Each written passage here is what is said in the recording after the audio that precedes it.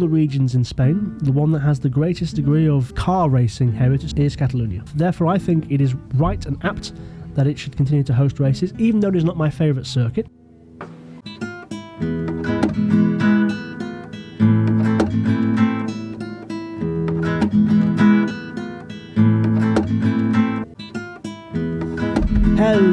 Hello, and welcome to Hispanophiles Travel in Spain with Only Half a Brain, the podcast that Fernando Alonso listens to while he's making a pit stop.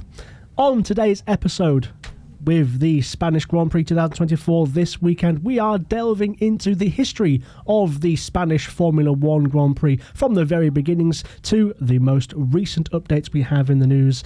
But first, we're going to say hello to our wonderful host. It's Mistique. How are you? Hello. How you been? What's new? When was it last time? So much can happen. It's been a busy month too, hasn't it? I've done a coding class actually. Tell us how that went. I passed. I got my diploma. It's Congratulations. Yeah, it's out on GitHub. Very good. Yeah. So, what language do you code in? JavaScript a little bit, HTML and CSS. Yeah. Does that mean you can help us with our SEO to make our podcast get more views organically? Can you do some magic? No, this is creating a website. Well, you can do that for us. Yeah, I can do that. Yeah. I already have another customer already. Damn it. Yeah. I wasn't quick enough. No. But do I get kind of co-host benefits? Yeah. Good. You will be on the list, second priority.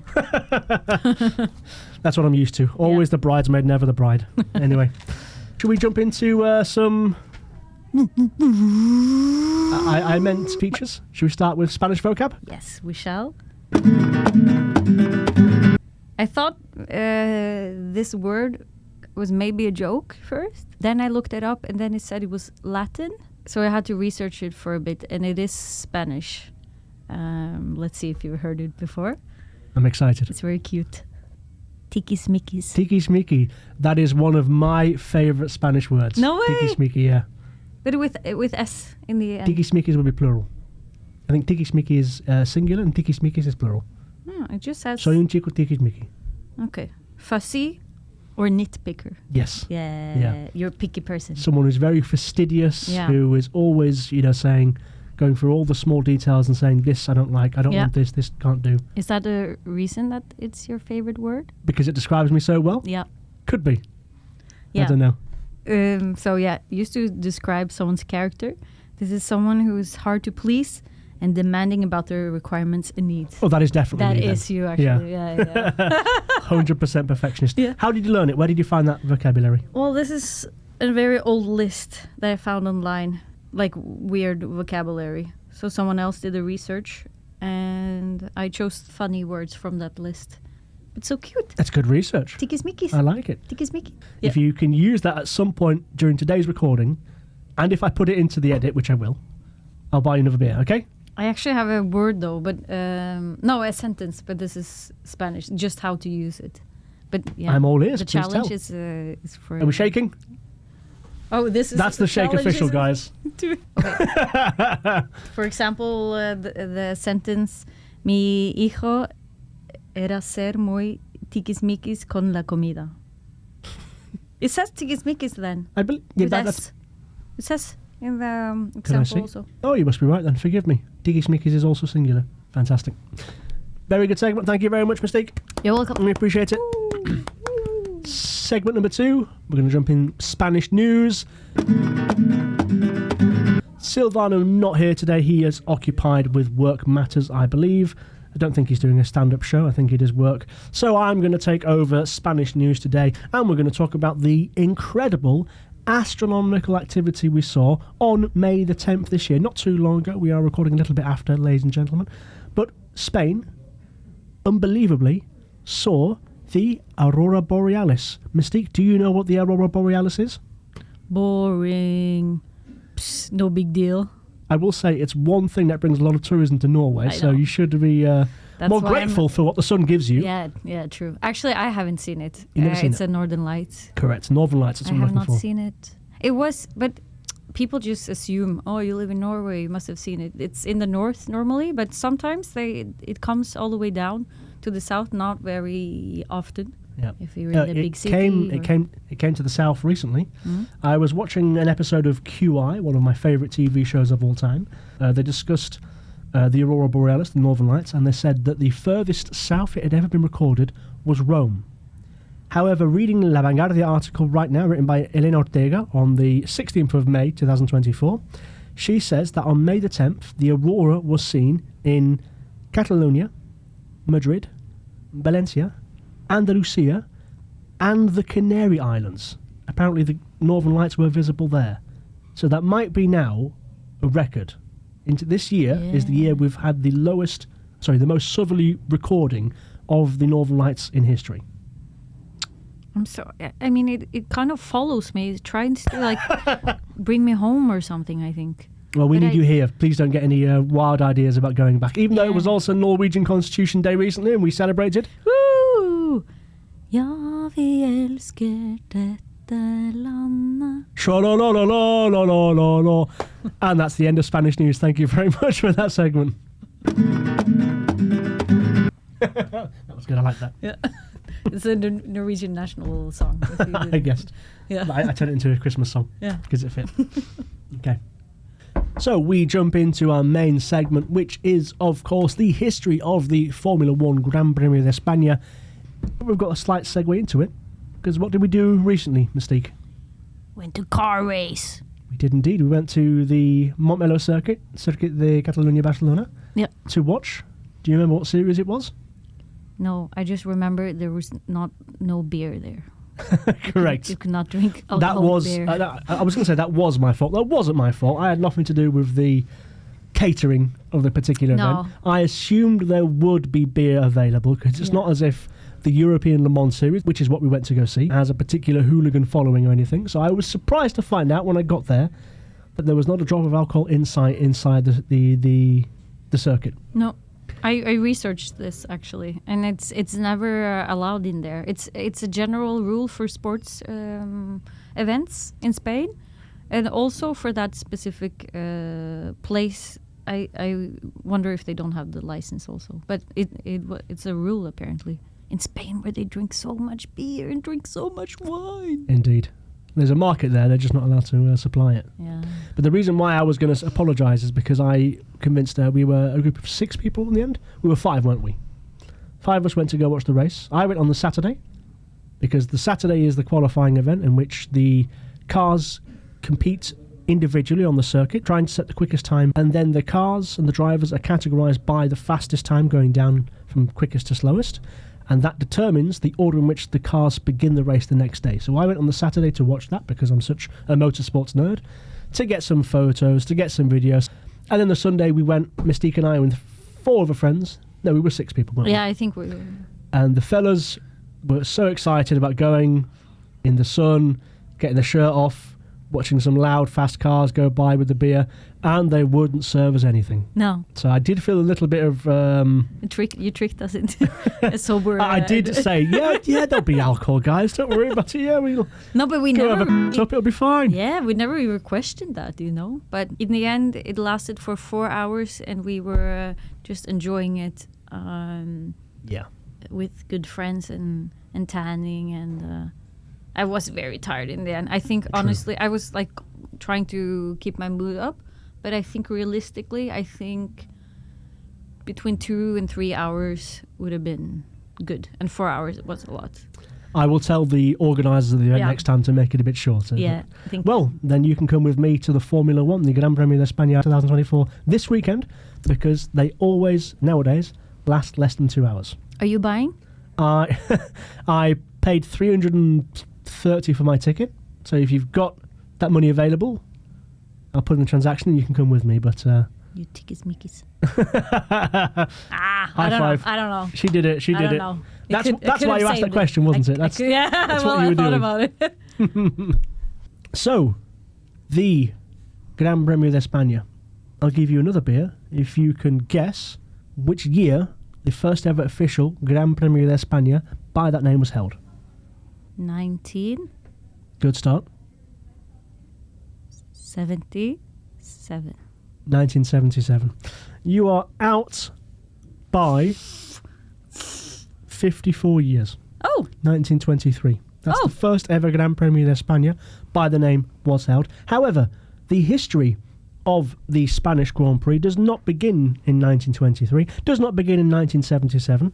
We have to go all the way back to 1916. Why 1916? That's because in this year, a particular organisation was founded.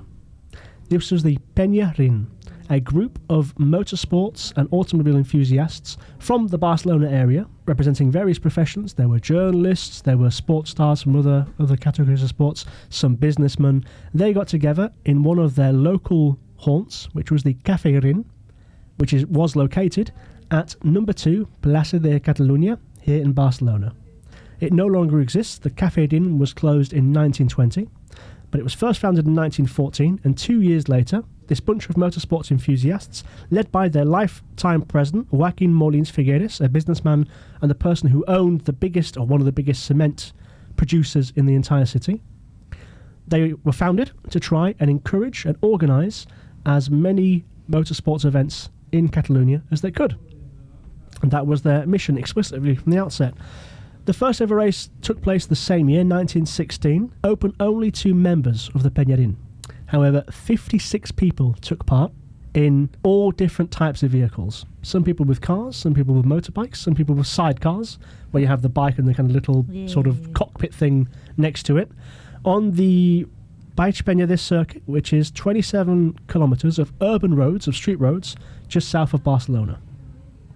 56 cars, which is an enormous amount for any kind of race nowadays. Yeah, what is it nowadays?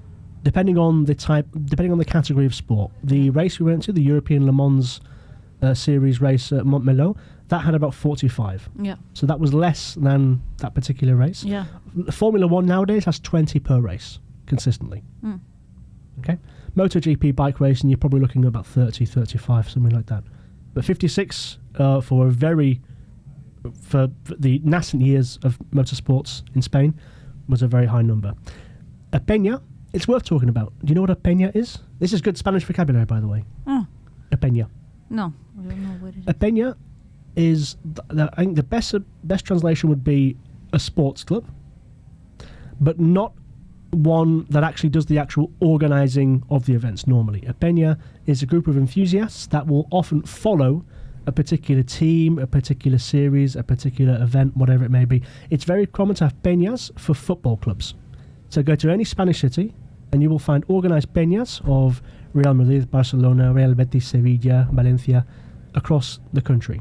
Okay. So the peña will typically have a bar, not a particularly fancy or illustrious setting, just a place where they serve drinks, where they get together, where they share the newspaper, the gossip, all the rest of it, watch the games together, socialise, organise their trips away to games, whatever it may be, drink beer, drink alcohol, of course, and they are organised. It's not just a bunch of friends calling themselves the Chicken Mandim, as we do, for example. A peña is an official registered business, normally. In the case of football and rugby, they will be related to the actual sports team around which they organise themselves. But it's not just for normal people who's You can go into a peña as if you're not a member. They do have their own members, and they of course organise events for their members. Friends of friends will often go to peñas, you know. Yeah. If you, for example, are a fan of, let's say, a team from Cádiz in the south of Spain, if you go to Oviedo in the north, and for whatever reason you make friends with people there, they could invite you to their peña, go have a beer, have a conversation after the game, whatever it may be. So very exclusive. Exclusive, but also it's inclusive as well. The idea is, you know, getting people together and socialising, being a focal point and a physical entity around which people can socialise and involve themselves with the game they love. That's the idea of a peña. Yeah. Then you meet friends there, actually. Get socialise, yeah. Because you go alone, Network. then you meet people. There we go. So that's why the Peña Rin was founded. But very quickly they branched out into so many other races.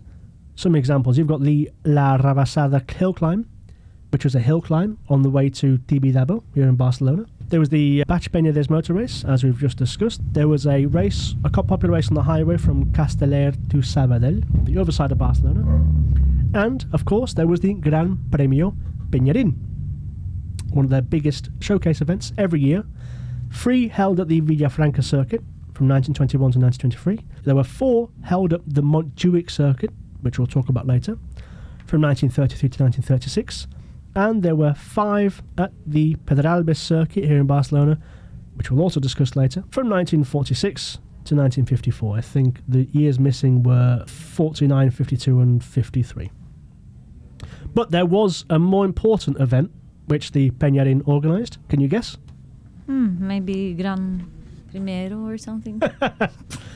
That's correct. The first ever Gran Premio de España, with that name used, was organised by the Peñarín at the Sitges Terramar Autodrome. Now, it's worth saying, motor racing did not begin with the Peñarín here in Catalonia. The first evidence we have of a motor race in Spain was in Catalonia. It was the Copa Catalunya on the Baix Penedès circuit, the same one, but it was organised by the Real Automóvil Club de Catalunya, the RACC. This is a society that exists to this day, that does organise motor racing events still, but it also offers a huge amount of services to its registered members here in Catalonia. So if you have a car here, if you drive regularly, you can become a member of the RACC. You can get insurance, all sorts of services related to kind of pickup, that sort of thing if you break down, I think, with the RACC. They organise driving lessons as well, and they also organise motor racing events, most notably in the form of a rally, which is hugely popular here in Catalonia. It is huge where you come from in Scandinavia, and the best rally drivers tend to be the Finns, because they're crazy. They are crazy, they are fearless as well, but the roads make them great drivers. So, and Catalonia, it's very popular here as well. The Real Automóvil Club de Catalunya are some of the sponsors. 1903, the first ever motor racing event here, organised by them. And there is some debate online. If you visit the Spanish Grand Prix page on Wikipedia, it says the first ever race was in 1913, organised by the Real Automóvil Club de España at the Guadarrama circuit close to Madrid. That was 310 kilometres in length. The controversy, however, and this is the reason why I did not include it in the opening part of this segment, was that the race wasn't called the Gran Premio de España. That name was not given to this event. Therefore, I don't think the history of the Spanish Grand Prix can begin in 1913. For me, it begins in 1916 with the Peñarín Foundation, and then in 1923, when we have the first ever Gran Premio de España, it's Sitges Terramar. Sitges, you've heard of? I've been there many times. Tell me about it. Beautiful. It looks a bit like a southern city, I would say. Like a little coastal town, village, with some white stone. Okay. Beaches? White stony church and a nice walking path next to the water. Where is it? Maybe 40 minutes by train south of Barcelona. What's it famous for, Sitges? I don't know. You do know. It's one of the big LGBT resorts here in Spain. Oh, famous for that. A carnival. Yes. They have also. As well. Oh yeah, true. Very big carnival. Yeah. And it has the first ever purpose-built motor raceway in Spain. Did you know that? No. Yeah. The Autodromo Sitges Terramar. Construction started in 1922. It was the idea of former racing driver Federico Frick Armangué and the architect Joan Mestres, who decided to build. They were inspired by the banked courses of Monza, of Indianapolis in the USA, and of Brooklands in the UK. They wanted something similar for Spain. So the circuit, the Autodromo, is 2 kilometres of 20-metre wide cement that only has 2 turns. 2 hairpins, so kind of 180-degree turns, that are banked. So rather than the road being completely flat, it tilts. So the inside is lower than the outside. Oh, that's cool. And like they're driving sideways. Exactly. It goes over 60 degrees in terms of angle from the floor at its steepest. And I didn't tell you this, I went there last weekend. That's why when you sent me the picture. Exactly, I sent you the photo, didn't I? And but that looked very not used. Well, built in 1922, the first race took place in 1923, which we'll discuss in a second. The last time it had a race was 1933. And since then, it's not abandoned because it's still privately owned and there were still people there working there. It's used for exhibitions and I guess for filming for TV or films or whatever it may be. Do people come there to skate and stuff? Like You are not allowed to enter. It's private property. You're not allowed to enter without permission. yeah, but do they though? It was quite easy to get up here, Yeah. to get onto the side of the bank curve. I didn't actually go onto the circuit, so I didn't break any laws. I'm putting that on the record. I'm going to keep that in the edit. Were you there alone or? Yeah, I went after work, got the train with a book and a Monster Energy. I had a little walk. I worked out the best part. So I tried to get into the main doors, and there's 2 entrances, but they were both locked, and it said El Paso Prohibido. So I thought, okay, I won't break the law because I'm trying to get citizenship here, so I don't want a criminal record. But there was a riverbank that was dried up, going alongside part of the circuit toward the second turn from the start line. I walked along the dried riverbank, found one part where it was a little bit easier to climb up onto the side of the bank and got some photos there. Came back down. I carried on further around to the back side of the circuit, and I found a field that was pretty much, I think it's just not in use, it's abandoned. I love abandoned. We should go sometime. Yeah. I crossed the field, and at the back, it's behind the second curve, and you just walk up the kind of hill to the top of it, and that's where I took those photos that you just saw. Nice. Yeah. That could be. I loved it. It could be either a place where you get killed or you kill. Yeah. What are you planning? If I saw you there, if I was there and I saw you, I wouldn't have known. You'd push me. Yeah. Okay. Yeah. Well, at least we've got that recording now, so guys, so if I disappear, you know who to suspect. And listeners. also if I disappear. Yeah, so the construction of the Autodromo Cisterna, the concept was to get cars going over 200 kilometers an hour back in the 1920s. It took 300 days to build at the cost of 4 million pesetas, and it opened on the 28th of October 1923 with a week of events. There were 4 races, one on the Sunday, the 28th of October, the Monday, the Thursday, the 1st of November, and then the following Sunday on the 4th, in which we had 4 different races. The first one was the Gran Premio de España, a race for 2-litre cars. The Monday race was Grand Prix for motorcycles exclusively. The Thursday race on the 1st of November was the Grand Prix for cycle cars. That is anything with a capacity of 1100cc. And on the Sunday, it was the Grand Prix for voiturettes. My French is terrible. I'm guessing that's what it is. That's what it says. I think. That is anything with a 1500cc. So the plan for the Gran Premio de España, this first ever race, was a 700-kilometre race. That's 350 laps of the Autodromo. But due to poor weather and poor visibility in the day, the dignitary of the king who was there to officiate the race, that was the king's nephew. He arrived an hour late. So because it started at 11:30 rather than 10:30, they agreed to do only 200 laps. That's 400 kilometres of the race. There were 14 cars on the entry sheet, 14 cars due to race, but only 7 arrived. Those were José de Santos Mora driving a Diato, that was number 3. Alfonso Carreras driving an Elizalde, that's a former Spanish manufacturer, he wore the number 4.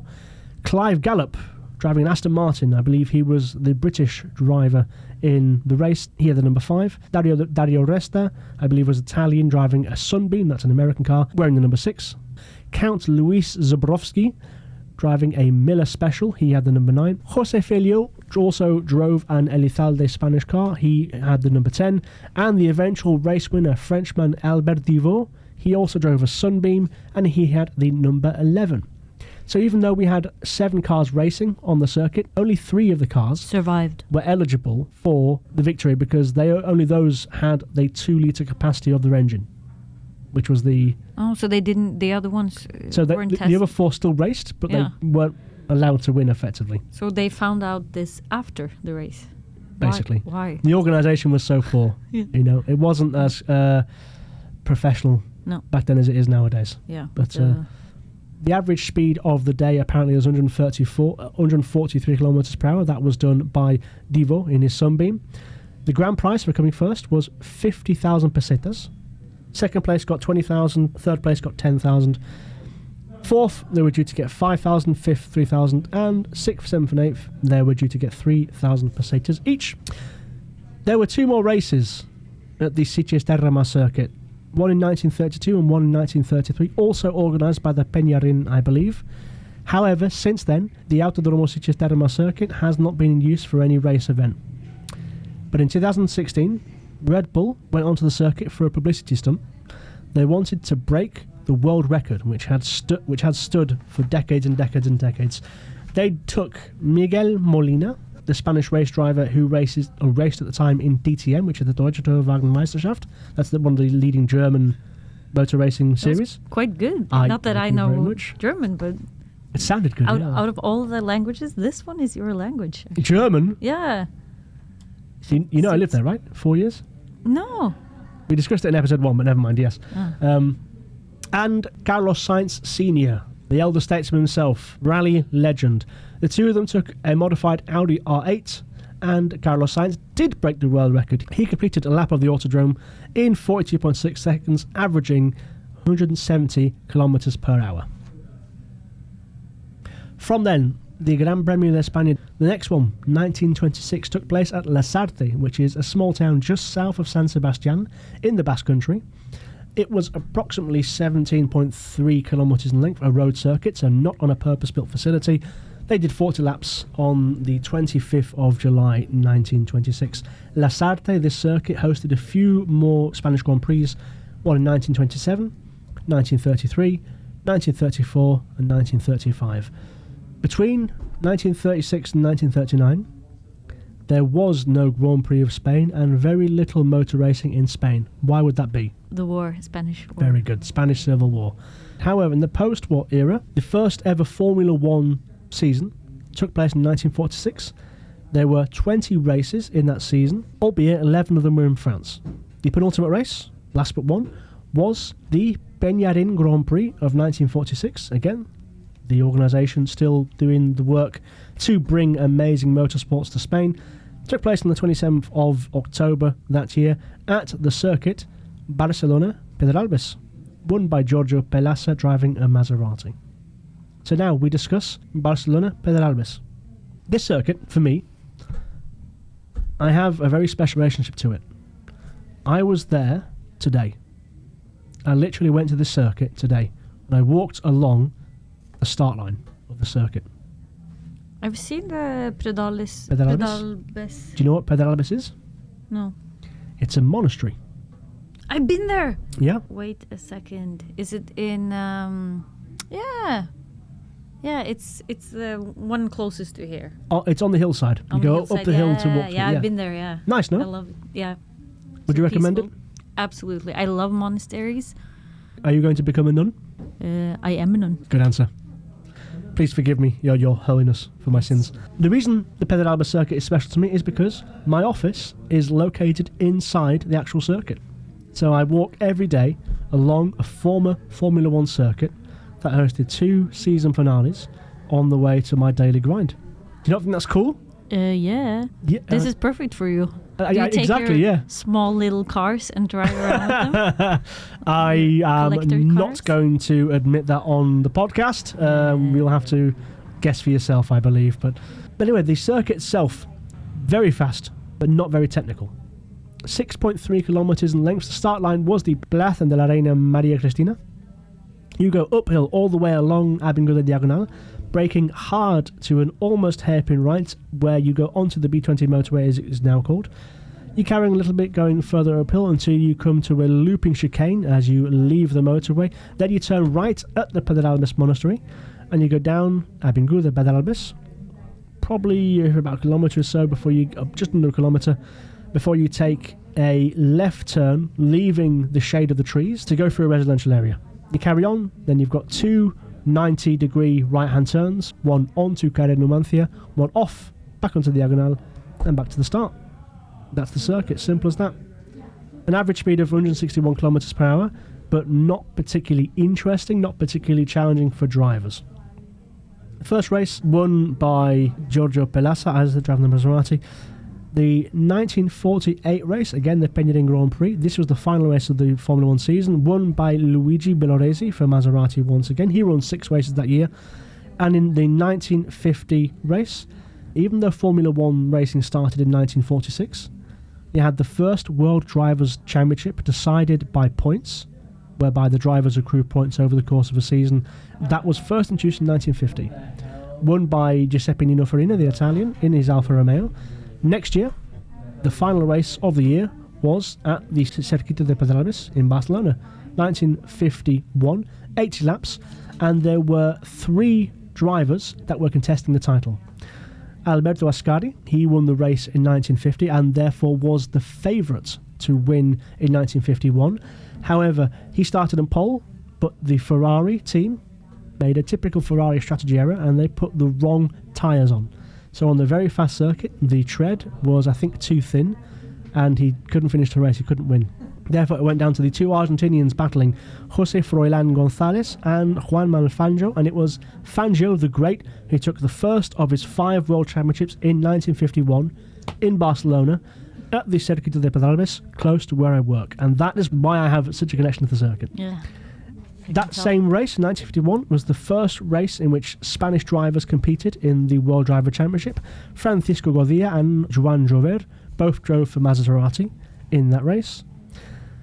1952-53, there was no Spanish Grand Prix in the Formula 1 calendar. But in 1954, Formula 1 returned to Pedralbes, where Mike Hawthorne, I think the first ever British champion, won for Ferrari on that race. The Peñarín, the organisation, folded, it closed in 1954. And then a year later, in June 1955, at the Circuit de la Sarthe, at the Le Mans 24-hour, it's the race I told you about. It's a 24-hour race in France, really big, important race, which is coming in 2 weeks as we record now. Are you going to watch that? I'll watch some of it, yeah.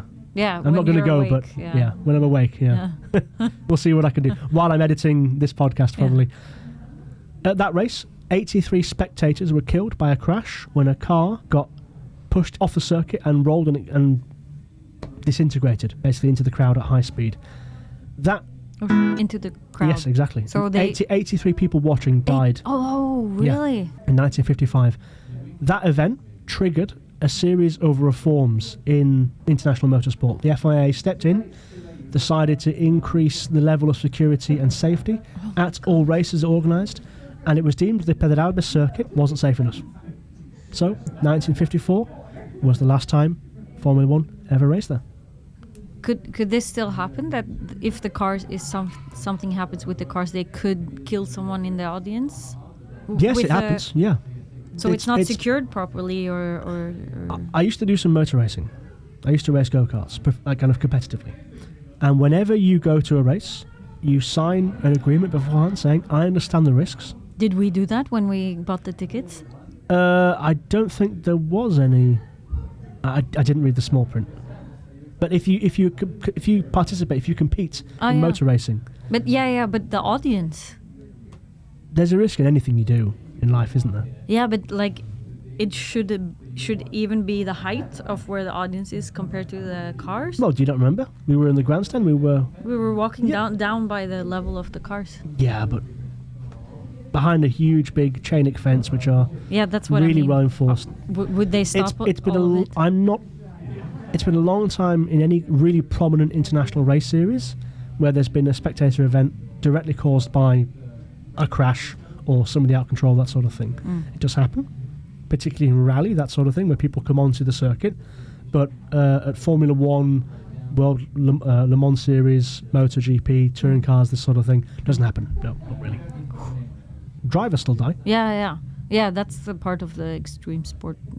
Basically. Yeah. Part of the thrill. So that left Spain without a Formula 1 race, without a presence on the calendar, in the mid-50s. Spain, of course, in the 40s and 50s, as we discussed, I think, in episode 2, was quite isolated economically and politically from the rest of the Western world, which was gearing itself up post-World War II, and as the Cold War mentality was starting to take shape and take influence in global political discussion and order. Spain, isolated, still dictatorial, punished by the USA and its allies for having been part of the Axis during World War II. That started to change in the late 50s. In 1959, as we discussed in that episode, Spain, for the first time, allowed people from Northern Europe and Western Europe to travel to Spain without a visa. During the 60s, the economy grew and grew and grew. Over a prolonged period, Spain experienced a boom, and eventually, the powers that be did attempt to bring Formula 1 racing back to the country. However, there was conflict Between 1968 and 1981, Spain didn't have just one circuit hosting Formula 1 Grand Prix. It had two. One at Jarama in the province of Madrid, and the other on the Montjuic circuit here in Barcelona. Mistique, Montjuic. Mistique, Montjuic, indeed. Have you been? Yeah, I live there. Oh, true, of course, yes. Yeah. Yeah. We'll go do a tour. We'll go do a walking tour of the circuit, which you can actually do. And I did also a couple weeks ago. I haven't seen the circuit. I feel like I've been almost everywhere up there, but then I think there's so much I haven't explored. Yes. Because the it's beauty quite of Barcelona. huge. Yeah. And steep as well. That's We'll get to it. It is, if you are a fan of retro motorsports, as I am, the Montjuic circuit, walking along it is a dream. It is fantastic. You do get a sense of how amazing it would have been to drive a car at speed there. But we'll get to that. We'll start with Jarama, a small town between Madrid and Burgos in the centre of Spain, but still in the province of Madrid. The circuit. 13 corners, 3.4 kilometres at the beginning, though that was changed after a few modifications were made to the circuit. Lots of short straights and very heavy braking made it a slow circuit, particularly in the first section that was heavy on tyres and difficult to overtake. Therefore, it was not popular with drivers. The first ever race was 1967, an F1 non-championship race won by the legend himself, the silent Scot Jim Clark for Lotus, and the Real Automobile Club de España pushed to have the race included in the 1968 championship so that Spain could be back on the Formula 1 calendar for that year. But drivers complained. They did not like the circuit. They thought it was too narrow and, number one, poor for spectators because there'd be low chances of overtaking. But also, with Jim Clark's death earlier in that year at Hockenheim, the F2 race, God rest him, there was a lot of paranoia about driver safety at that time, and rightly so. Still, the race went ahead. Graham Hill won for Lotus, the team that Jim Clark had died racing for. And that marked the return of Spain to the Formula 1 calendar. Jarama hosting in 1968. The next time Jarama would host a race would be 1970, because at the same time, the Real Automobile Club de Catalunya also wanted to bring motorsport and Formula 1 back to Barcelona at the Montjuic circuit. Now, we can think of Jarama and Montjuic as chalk and cheese here, yin and yang, complementing each other by staring the other's faults in the face and offering something different. York and cheese? Chalk and cheese. Chalk and cheese. Chalk and cheese, yeah. I just heard cheese. Polar opposites. What is the other one? Cheese? Chalk. Chalk? Yeah. What is that? It's the little white thing you write on the blackboard at school. Chalk. Chalk and cheese. Chalk and cheese, that's what we say, yes. It doesn't really relate to each other in any way. That's exactly my point. That's why they're polar opposites. But while Jarama was boring, in the middle of nowhere, dusty, not a fun circuit to race, Montjuic was extremely popular. Technically very challenging, a hugely varied circuit with camber changes, with undulation. It still to this day is tree lined as you walk along the circuit. It's fast, it's technical, it's flowing and demanding, and it requires complete focus of the drivers as they are racing. I'll walk the circuit through with you in your mind. So if you know the Estadio Olímpic Luis Companys, yeah. You know what that is? Built in 1927. That's where the start was. So you start walking along there, and you very quickly come to what was the first corner. Wait, so it's not existing anymore? It's now just public roads. It's just roads. Oh, and I so walked it's not along there. I thought it was there somewhere. No. There is a plaque, and this is on the YouTube video. I will now show an image of the plaque that shows you where the start line was, and it's got an outline of the circuit, so you can trace it with your hand. It's also got a list of the people who won the Formula 1 Grand Prix there, which we'll discuss in a second, and also the motorbike riders who won the race at the Montjuic circuit. But I'll take you. We'll go. Thank you. I'll take you, actually. Thank you very much. I appreciate that. Yeah. And we'll race and we'll have a run together. Yeah. So you very quickly go into a hard hairpin left into turn one. This begins the very tight and narrow and what would have been a terrifying but exhilarating first section of the circuit as you go downhill on these very steep winding roads. Section 1 passes around the Fundación Joan Miró, the Greek theatre, the Teatre Lliure, I think that's pronounced in Catalan, and the Archaeological Museum of Catalunya, Barcelona. After the Teatre Lliure, you get to the low section. You go for about 100 metres after that theatre, take a 90-degree left to the back of the FIDE Exhibition Centre, where I got my COVID vaccination. A bit of fun trivia for you there. And you pass the magic fountain of Montjuic. Which is not in use anymore because it's a drought here. Pretty much. And you pass in front of the National Art Museum of Catalonia. Anybody who comes to Catalonia that you've probably visited, this is the huge, beautiful, sort of sandstone-coloured building that is facing you when you stand at Plaza de España. Then you begin the hill climb section, which again would have been so fun to drive in the day. Here there are no sharp turns, just long looping curves at high speed with camber changes, so the road rolls as you go along it, and a lot of undulation change. And then you would have got to the start-finish straight. You go around Puebla Español, like I said, you go past the Estadio Olímpic Luis, and even though you would have been driving, the views would have been amazing. And that is why drivers loved the circuit, in spite of its inherent danger. And this was a repeated theme at the Montjuic circuit when Formula 1 raced there. This was a time, don't forget, the cars were very fast, but very light, drivers low to the ground, but the engineering understanding of aerodynamic concept was in its baby years. So if you saw, you'd get these old cars where it's just sort of like you're in a bathtub with 4 big wheels, engine behind you, helmet, and simple as that. How much fun they had back in the days. When they weren't dying. And this is the point. First race, 1969, 90 laps, won by Jackie Stewart, another Scottish king. He won 3 championships.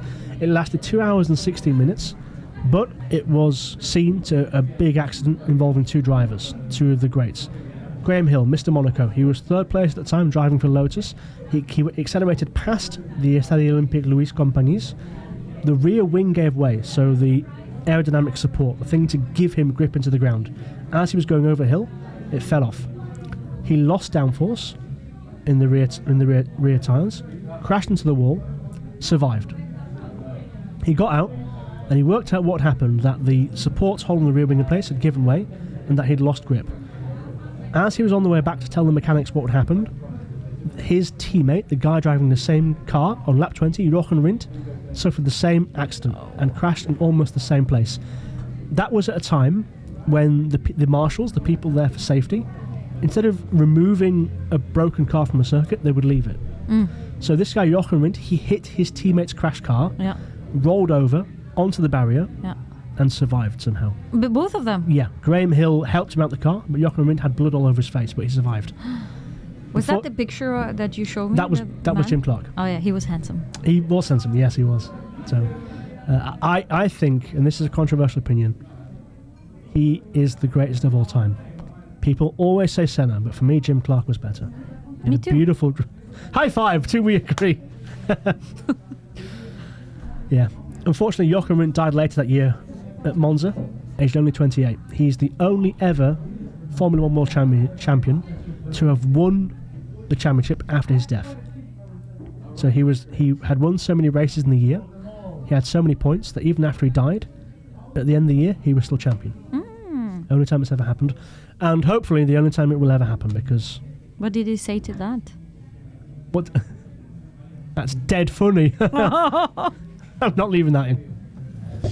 So now we come into an era where, again, a common theme in Spanish sport, Madrid and Barcelona competing for honours in sport. We had the 1970 race went back to Jarama. Jackie Stewart won again in his March Ford, a race in which there was a huge accident between Brit Jackie Oliver in the BRM and Belgian Le Mans legend Jackie Ickx in Ferrari, who collided together coming out of a hairpin. There was a huge fire, but no injury. 1971, back at Montjuic, Jackie Stewart won a hat-trick of Spanish Grand Prix wins in his Tyrrell Ford. 1972, we went to Jarama. Emerson Fittipaldi won in his Lotus, as he did back at Montjuic in 1973. Then 1974, back at Jarama in Madrid, Niki Lauda. Name ring a bell? Have you heard of Niki Lauda? Lauda! The Austrian driver won 3 World Drivers' titles. I think the first one would have been 1975, the year after this. He got his first win in 1974 for Ferrari in on the 28th of April that year, driving the 312B3. Very beautiful car. 1974, interesting season. Very, very close with regards to competition. 3 winners so far in that season. In Buenos Aires, Denny Hulme won for McLaren. In Interlagos in Brazil, Emerson Fittipaldi had won for McLaren, a team he had just changed for that year. And in Kyalami in South Africa, Carlos Reutemann had won for Brabham. Now, Niki Lauda took a surprise pole position with a time of 1 minute 18.44 seconds, 0.03 seconds ahead of the Swede Ronnie Peterson in the Lotus. A wet start allowed Peterson to get into first position off the line. But by lap 20, the track was drying. The rain had stopped, the water was evaporating from the circuit, and Peterson stopped to change tyres that lap. A lap later, Lauda stopped to change his tyres, but as they got back into the circuit, Peterson's engine blew up, leading Lauda free to win his race and complete a Ferrari 1-2 finish. That led to the famous image of Luca de Montezemolo jumping for joy over the start line as Lauda drove by with both fists in the air. I'm sure you remember that image, don't you, Mistique? Oh, yeah. 1975 was a tragic year. The Spanish Grand Prix returned back to Montjuic.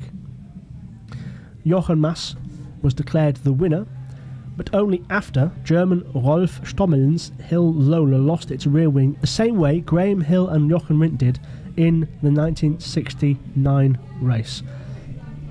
At 241 km an hour, the car lost its rear downforce, spun, hit the left-hand barrier close to the start-finish straight, took flight, slid along reinforced barriers and smashed into a lamppost, upon which the car broke into two, burst into flame, and 5 people, I think it was 4 spectators, 4 fans and 1 marshal, were killed by the debris.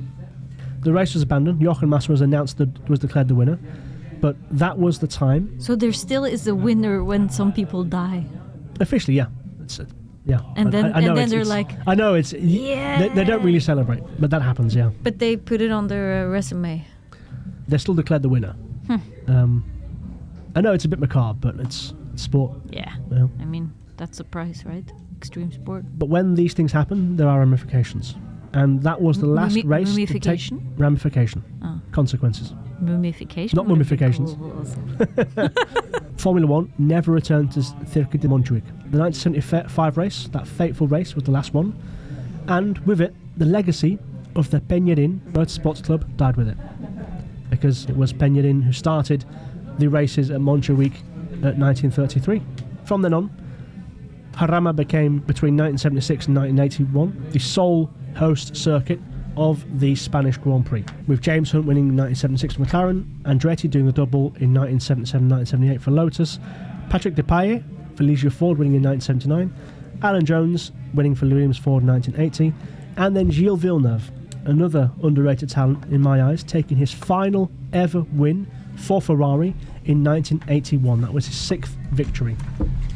He drove the Ferrari 126C, a poor car that year. Loads of power, a strong engine, but no handling. He started the race 7th, was 3rd by the first corner, 2nd by the end of lap 2, chasing Alan Jones in the Williams, who made a mistake on lap 13 and fell off the road. Villeneuve continued in the lead and spent almost all the race being harassed by the foursome of Jacques Lafitte, John Watson, Carlos Reutemann and Elios De Angelis for 67 laps. So close was it, as these 4 tried to overtake Villeneuve, that the first 5 cars finished the race 1.24 seconds apart, which is one of the closest ever race finishes in history. Gilles Villeneuve, unfortunately, of course, died the year later on the 8th of May 1982. But that race really demonstrated how much of a poor circuit Jarama was. Hard to overtake, as became very clear during the race, and also not popular with spectators. Only 70,000 people attended the event in 1981, partly apparently due to an ETA bomb scare. ETA, of course, being the Basque militant separatist group that were doing their best to fight the cause for Basque separatism and independence from Spain. Apparently, 85,000 people were needed per year to cover the basic costs of hosting the race in Jarama. And with the circuit not being popular, with the racing being poor quality, Jarama eventually was scrapped from the calendar, along with Montjuic. That means between 1801 and 86 there was no Spanish Grand Prix. So as Jarama and Montjuic disappeared from the calendar for right reason, and with Spain in a dry spell with regards to participation in international motorsports events such as Formula One, it just so happened that at the same time in a different part of the country, a group of people were on their own mission to make a difference to their hometown, to start something new. And this is a town, a city I know very well, that is very close to my heart. In 1981, the owner of a Renault dealership in Jerez de la Frontera, Enrique Yasasi Marenco, came up with the idea to build a purpose-built racing facility close to his home city. The original idea was to host rounds of the Renault 5 Cup, which is a French motorsports contest, at a circuit that wasn't in either Madrid or Catalunya. At the time, the Renault 5 Cup races were hosted at Calafat, which is a small circuit close to Tarragona, and Jarama, which we've just discussed. But Andalusia had no presence in this championship whatsoever. So in March of 1981, he submitted the first report outlining the potential benefits to the economy, to the regional economy, of having not just the Renault 5 Cup races, but also other racing series at a purpose-built facility in Jerez de la Frontera or in the surrounding region. Jerez de la Frontera, a city with a real pedigree in motorbike racing. Since 1956, the El Portal industrial estate in the northern part of the city was used for a competition called the El Trofeo Internacional de la Merced. So a motorcycle race taking place every year on the streets of the city. Hugely popular with both local riders who participated and the spectators. So this is a city that demonstrated a huge interest and a huge market for motorsport, but by the 80s it was deemed that this particular venue was not suitable for motorsports cars, as we've discussed. So many deaths in Formula One in particular. If Isasi Marenco was going to have his way, they would have had to purchase land and build a new circuit. So, with a couple of friends, Antonio Casada and Francisco Chico Romero, who was a key figure in the local motorcycle and cycling scene, he put together a plan. They found 70 hectares of land that was unused close to the city, to the northeast, next to the airport basically. That would have cost 25 million pesetas, and together with the president of the Federación Española de Automovilismo, Sandro Rocci Boccaderia, I think his name is, an Italian born but with Spanish citizenship, they presented the plan to the Jerez Town Hall in October 1981. The green light came from Mayor Pedro Pacheco in 1984, and the Circuito Permanente de Jerez was going to become a reality. They started building that year, 1984, and on the 8th of December 1985, the very first race of the Campeonato Nacional de Turistas, a car racing series, took place even though not all the structures of the circuit were finished. So part of the paddock and the pit buildings were not finished yet, but they started racing anyway. And a year later, on the 13th of April 1986, the Gran Premio de España returned, this time in Jerez de la Frontera. A fantastic race with a momentous battle between Ayrton Senna for Lotus, who won by 14 thousandths of a second ahead of British Nigel Mansell in his Williams, which was the third closest race finish of all time. The circuit is an interesting one. A lot of medium speed corners and heavy braking zones. Fantastic for bike racing with a lot of flowing corners. Very attractive as well for Formula One racing of the era. 4.22 kilometres and 13 turns. But a huge crash in 1990 for the Irishman Martin Donnelly, also driving for Lotus, put an end to Formula One racing temporarily in Jerez. The turn 12 where the accident happened was modified to add a chicane to reduce the speed of the cars at that particular point, and thereafter only 2 more Formula One races were at Jerez, but they weren't the Gran Premio de España. They were the European Grand Prix races. Wait, there was an accident but no one got hurt? Martin Donnelly broke his leg very, very severely. Oh. He never raced again. He was, I think, unconscious straight away. What year? 1990. This is what they sign up for. If you're a motor racing driver, if you race, every time before you get in the car, you sign something. There you go. So he's in a wheelchair? Yeah. Oh. Never raced again. But better. Maybe in the... That's better than what happened to Ayrton Senna, but you know Ayrton Senna? No. He was the greatest of all time, Brazilian driver. He won the championship 3 times, 1988, 1990 and 1991. 1st of May 1994, he died at a crash in Italy in a place called Imola. That weekend, he died on the Sunday. Another racer died on the Saturday. So it was a case of the entire motorsport community came together and said, this can't happen anymore.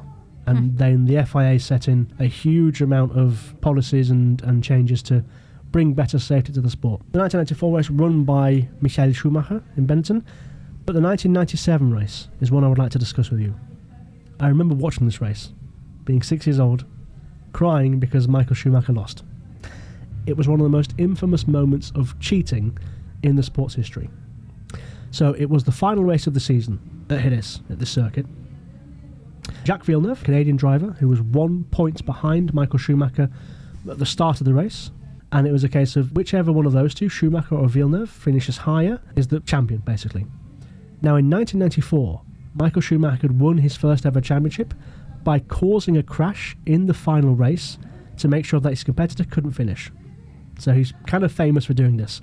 So all of the media, everybody who worked in Formula 1 thought, is this going to happen again between Schumacher, who is 1 point in the lead, and Jacques Villeneuve, who is a point behind? Everyone thought Schumacher is going to try to crash into Villeneuve. Oh, to make that other car crash. Yeah. Ooh. So that he couldn't finish and that Michael Schumacher would become champion. This is what everyone thought was going to happen.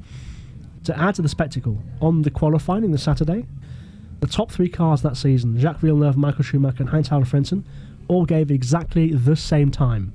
1 minute 21 seconds and 72 thousandth. That's never happened before or since. 3 cars with exactly the same time for first place.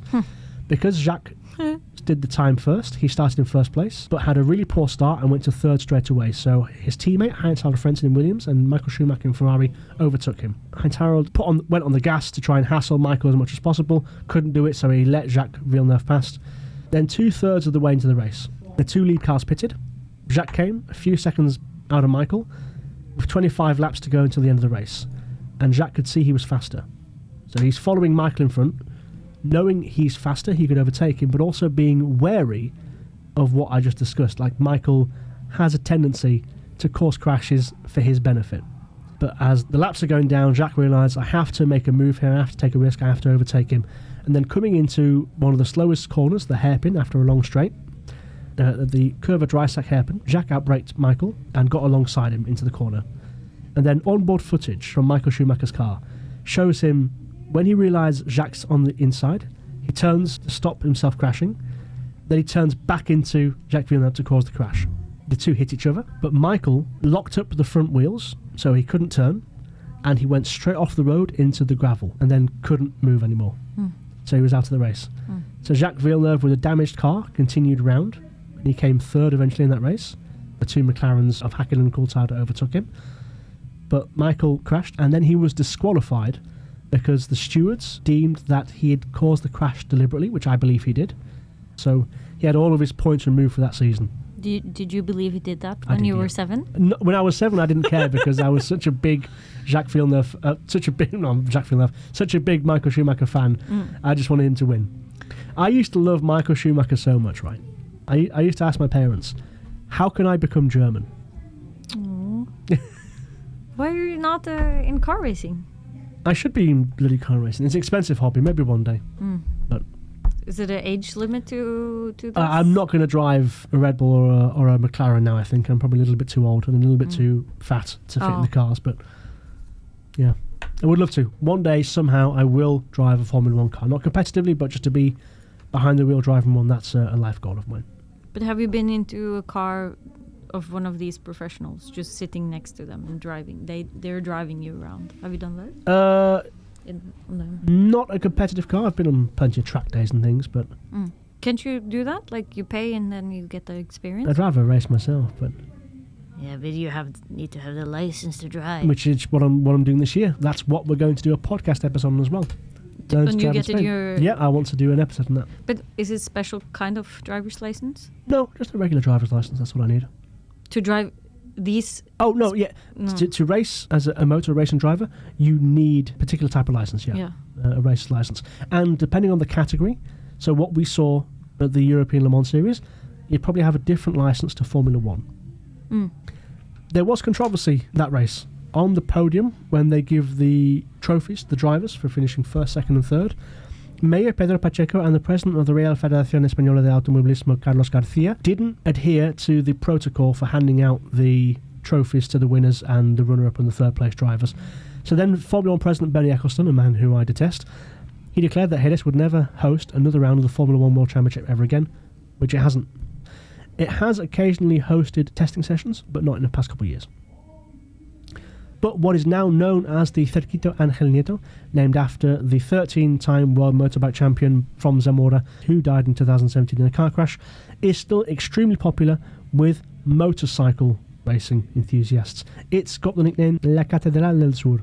In the 2024 MotoGP race, Jerez had a record number of people coming to watch the race on Sunday, 144,678, which was almost double what the previous year had seen attend the race on the Sunday, which was 79,625.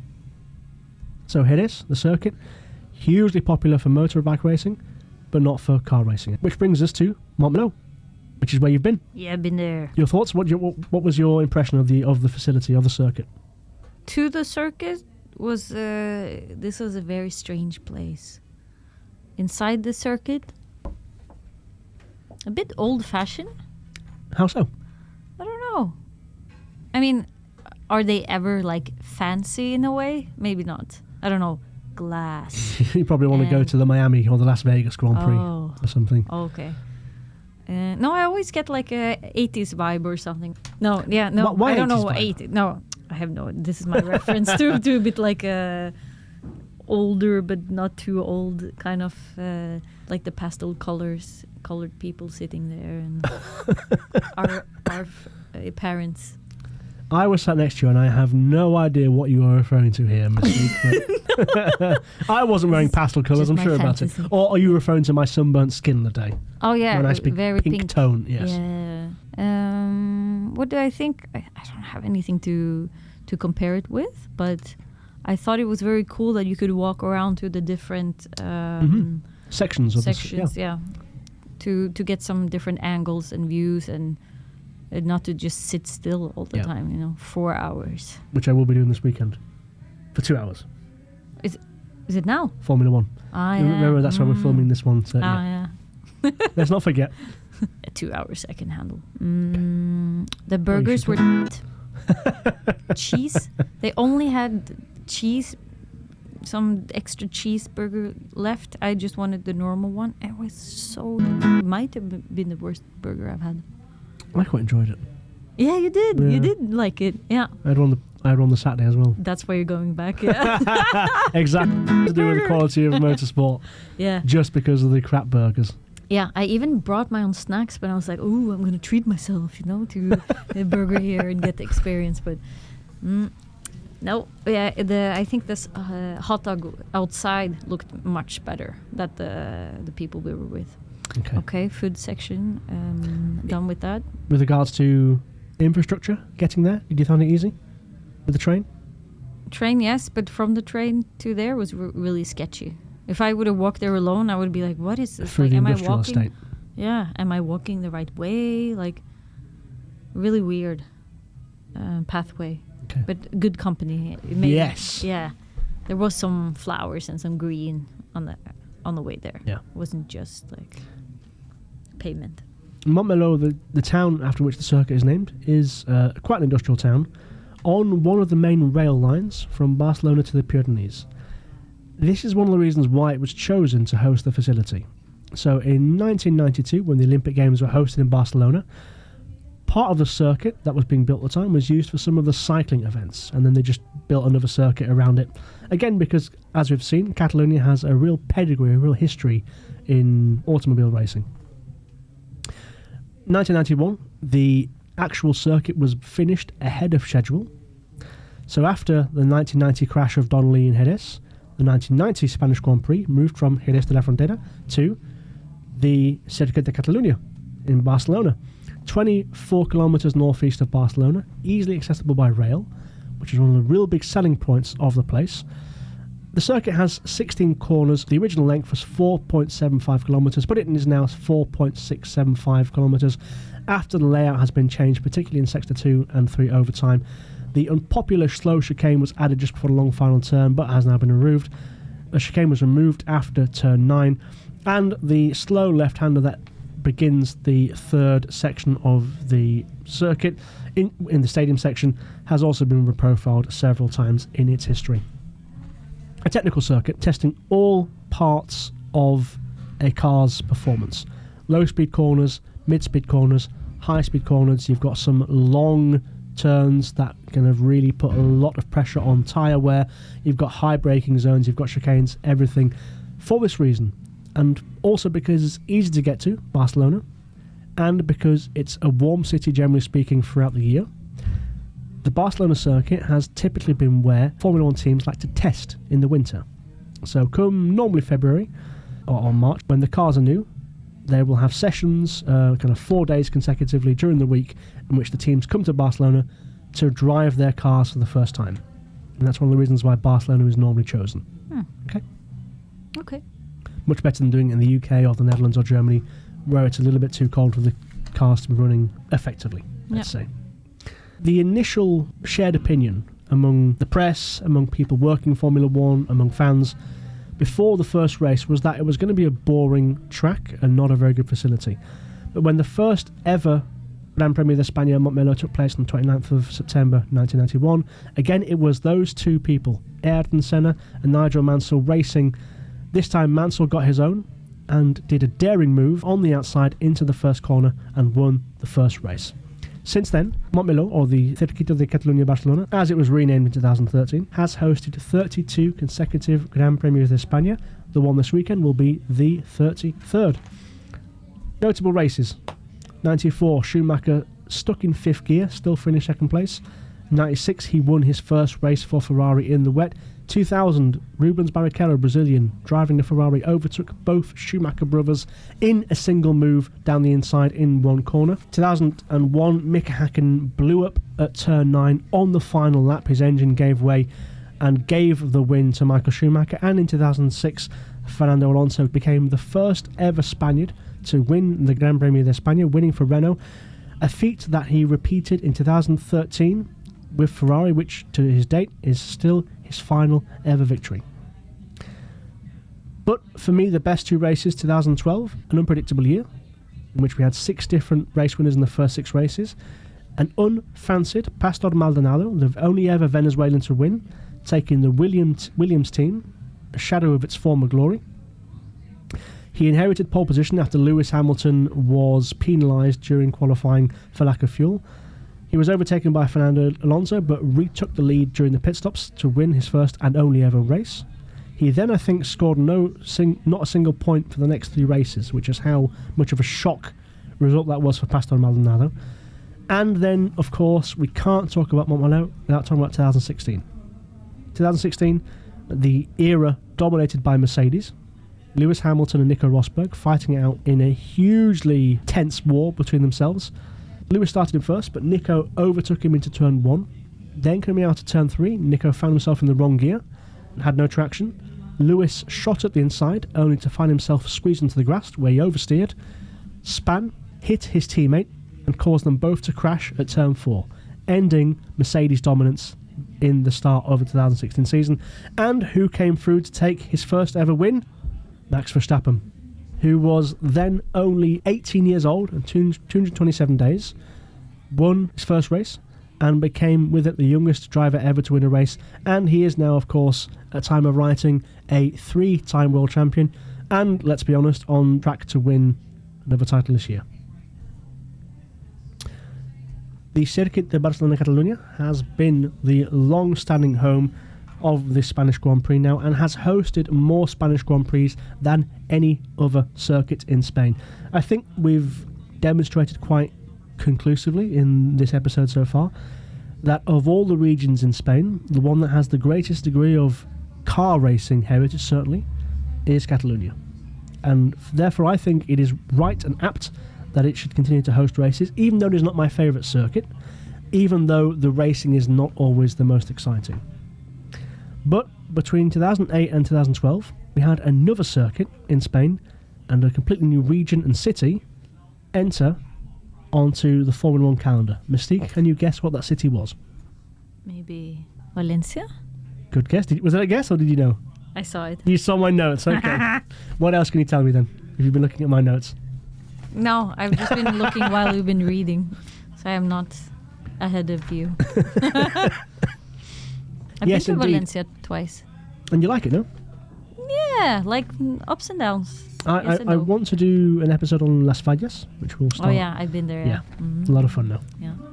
There we go. Well, it had its own Formula One race circuit. Due to the rise of Fernando Alonso, who was on top of the world at that point, the sport was growing in popularity in Spain.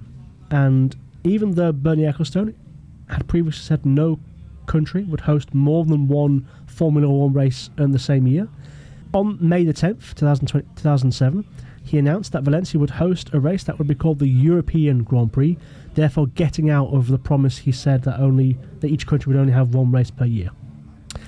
It would be an entirely new circuit. The Ricardo Tormo circuit nearby is a great facility that has been used by Formula One for testing. Apparently it wasn't glamorous enough, and they invested in a completely new circuit that was going to be a street circuit by the Marina. The proposal came from the Valmore Sport Group consortium that was led by the president of the Villarreal Football Club, Fernando Ruiz, and former motorcycle racer Jorge Martinez Aspar. I tried to research this company, Valmore Sport Group. I found very little information. Almost nothing I found. So I'm a bit suspicious, but I'm going to keep digging. The idea was to have, for 7 years, 2 races in Spain, one in Montmeló, Barcelona, and the other in Valencia. It was said that the final decision was dependent on the Valencia regional presidential candidate Francisco Camps winning the election that year on May the 27th. He did win, but Bernie Ecclestone was cleared of any scandal. It was deemed by the courts that he didn't interfere with the electoral process. Camps went on to go and win the regional election that year, and the contract to have the Valencia race was signed on June the 1st, 2007.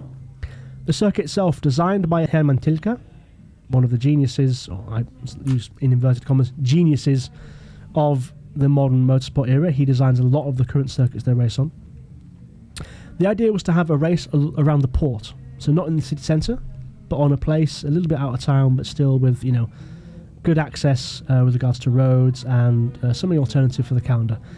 25 corners, 5.24 kilometres, so quite a long circuit by modern standards, with no elevation changes, no hills, nothing like that, but with a 140-metre swing bridge over water. So a bridge that would open and close, stay closed, of course, for the race, that the cars would drive over. The first race took place 24th of August 2008. Felipe Massa won from pole, and all the races thereafter were seriously boring. The following year, 2009, Rubens Barrichello won for Brawn GP in a race that had 0 overtakes. Every single car finished in the same position it started. Oh. How boring is that? No crashes. No crashes, no accidents, spins. no spins, no overtakes. Next year, however, even though Vettel won a boring race, it was famous 2010 for Mark Webber, the Australian's incredible crash in which the car flew up in the air and almost flipped over. He was overtaking a slower car, one of the back markers, and he hit the back of it, lost the front wing. The car went straight up into the air. I'm going to show you now because it's incredible. As soon as you can, Mark, before the others start pitting. This is Valencia.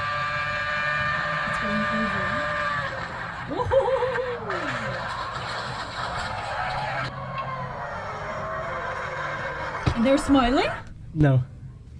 They're smiling when it happens? They're grimacing. They're not smiling when it happened. They're like this. It's not a smile. No, it's them being, oh, I hope he's okay. But Well, he was okay, yeah? yeah, Marco was fine. Oh, okay. Yeah.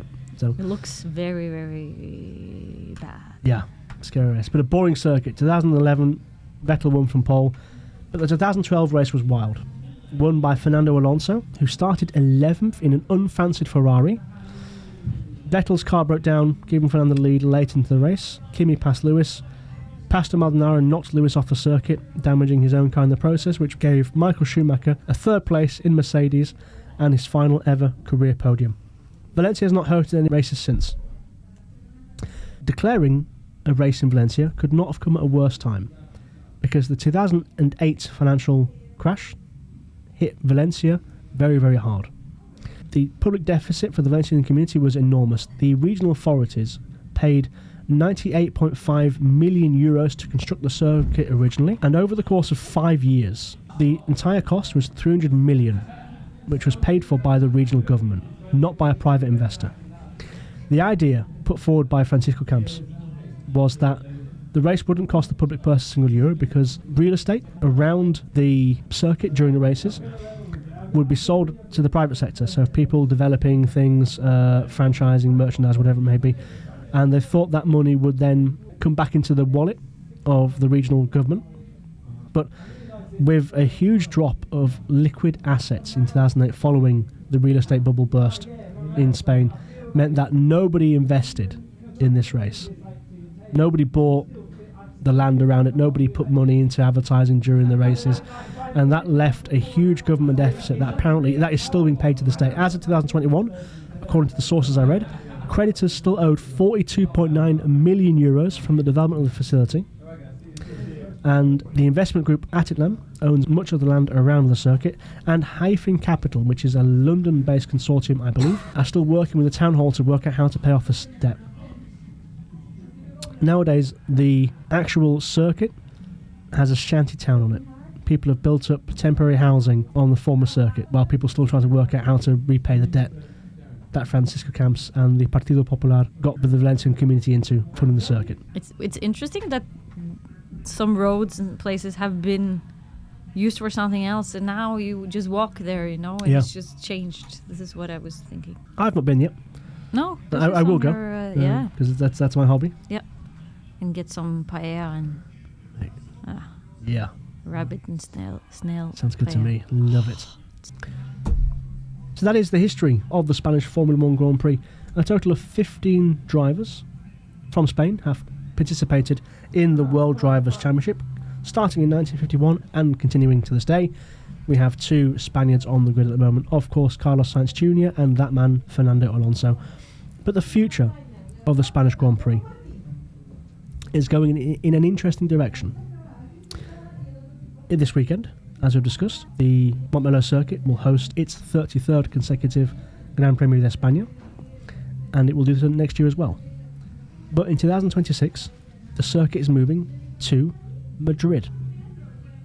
The plan is to have it from 2026 to 2035, so 10-year tenure, at a 20-corner, 5.47 kilometre circuit around the IFEMA Exhibition Centre, close to Barajas Airport.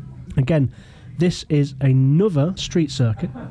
More and more of the classic circuits around mostly Europe, I will be honest, are being eliminated in favour of street circuits in big international metropolises. Las Vegas now has a circuit. Melbourne has had one since 1995, which I am a fan of. Singapore has a circuit now. Jeddah has a circuit, a street circuit in Saudi Arabia. Miami also has a circuit, which has been terrible so far, in my humble opinion. And now Madrid as well.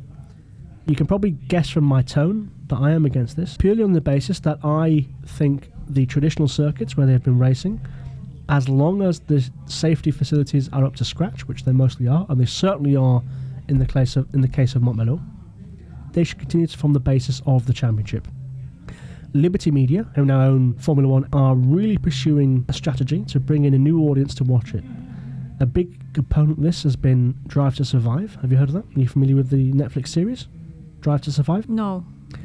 It takes... It's a 6-season thing? Yes. Okay, I've started to watch it and I stopped watching it after 2 episodes. It kind of takes the sport and turns it into a reality show. It's been wildly successful in bringing new people to the sport. It is entertaining, I'll give it that. But I'm a motor racing purist. I like it for the sport, not for the entertainment. As you've saw me, I love going to some random race and watching the cars go fast and hearing noises, and that's just what I enjoy, Yeah. And moving it to Madrid and moving it to all of these street circuits, it might be a great race, the Madrid circuit. So I have my reservations, but it might be. But one of the reasons given is that apparently 90% of the estimated attendees of the Madrid race going forward will be able to arrive at the circuit by public transport. And this forms a greater part of Formula One's plan to be carbon net zero by 2030. And you think, okay, number one, that's just pandering as far as I'm concerned. Number two, if you're thinking about public transport, Montmeló is already on the rail line from Barcelona. Barcelona is a well-serviced city with the second best airport on the Iberian Peninsula. It's an easy place to get to. So the idea of going to Madrid just for public transport doesn't wash. And also, you can't really say you're carbon neutral or carbon zero if you're building a new circuit over used ground. Okay, part of the circuit will be street circuits, but they are taking some land and they are building a semi-permanent facility on there. If you really care that much about the environment, you should take that and make it a park, a place where bees can come and interact with flowers and all the rest of it. So I'm very sceptical. It's been pushed a lot, as you can imagine, by the government of Madrid. But for me, this is a slap in the face for everything that the community of Catalonia has done for motor racing in its history, which we've covered today. And I think that is where we should leave the episode. Yes. Now, is it 350 euros for the ticket? Something like that. That's how much I've paid. Ah, I thought it was more last time you talked about it. It was last time I checked, but I found a better price, so I bought myself one. Good. A bit of a spontaneous decision, but as it demonstrated, I am a bit of a fan of this stuff. So, shall we leave it there? We shall, yeah. Thank you very much for your time, Mistique. Thank you. Pleasure as always. Thank you, James. And we shall see you guys very, very soon. Thank you very much for listening.